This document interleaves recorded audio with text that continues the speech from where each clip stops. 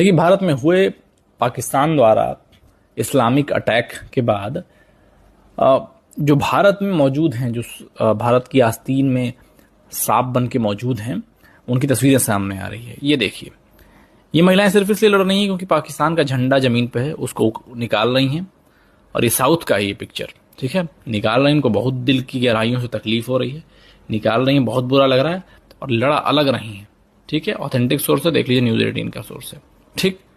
अब एक और घटना दिखाते हैं। यहाँ देखिए, सारी गाड़ियां निकल जाएंगी, ठीक है, लेकिन जो स्कूटीज हैं मुस्लिम महिला की, आप देखिएगा कैसे, एक हिंदू महिला भी गई है, लेकिन मुस्लिम महिला को देखिए, ध्यान से बचा के निकलना, पैर ना पड़ जाए, ठीक है।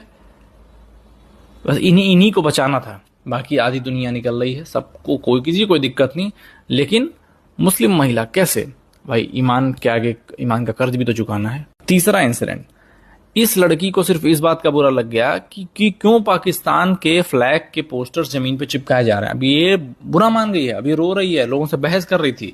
जब लोगों ने कैमरे निकाल लिए, इसकी रिकॉर्डिंग करनी शुरू हो गई, तो अभी मुंह छुपा रही है और ये क्राउड से अलग होना चाहती है कि नहीं भैया मुझे मत दिखाओ, ठीक है। और अब वो दूर जारी करी, जो करना करो, मुझे मत दिखाओ। अब ये इंसिडेंट्स आप सोच रहे हैं देश में जगह जगह पे हो रहा है, जगह जगह देखने को मिल रहे हैं, स्पेसिफिकली साउथ में और उत्तर प्रदेश में, जहां मुसलमानों की आबादी ज्यादा है।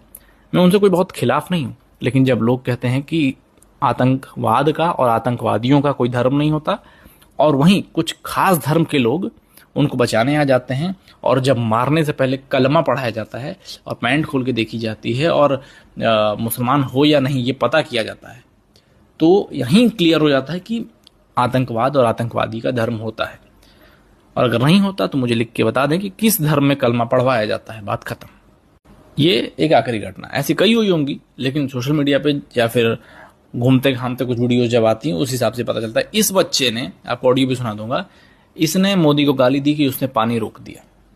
रहता उत्तर प्रदेश में, कह रहा है कि पैदा पंजाब में हुआ हूं। यही बच्चे कल को स्लीपर सेल बनते हैं, इनको बचपन में ब्रेन वॉश किया जाता है, फीड किया जाता है कि कौन तुम्हारा दुश्मन है, कौन तुम्हारा दोस्त है, तुम्हारा अपना देश कौन सा है।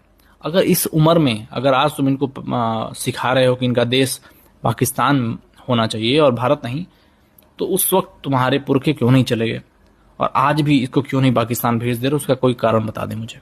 और हाँ, वीडियो जरूर शेयर करिए। आपको पता होना चाहिए कि आप ही के बीच में ये लोग रह रहे हैं, आप ही के जैसे दिखते हैं और आप ही के समाज में रह रहे हैं, और कभी भी जब ऐसा मौका आएगा अपने समाज का पक्ष लेने के लिए खड़े हो जाएंगे, और आप जिसके पास एक हथियार भी नहीं है, हाथ पे हाथ धर के बैठे रहेंगे।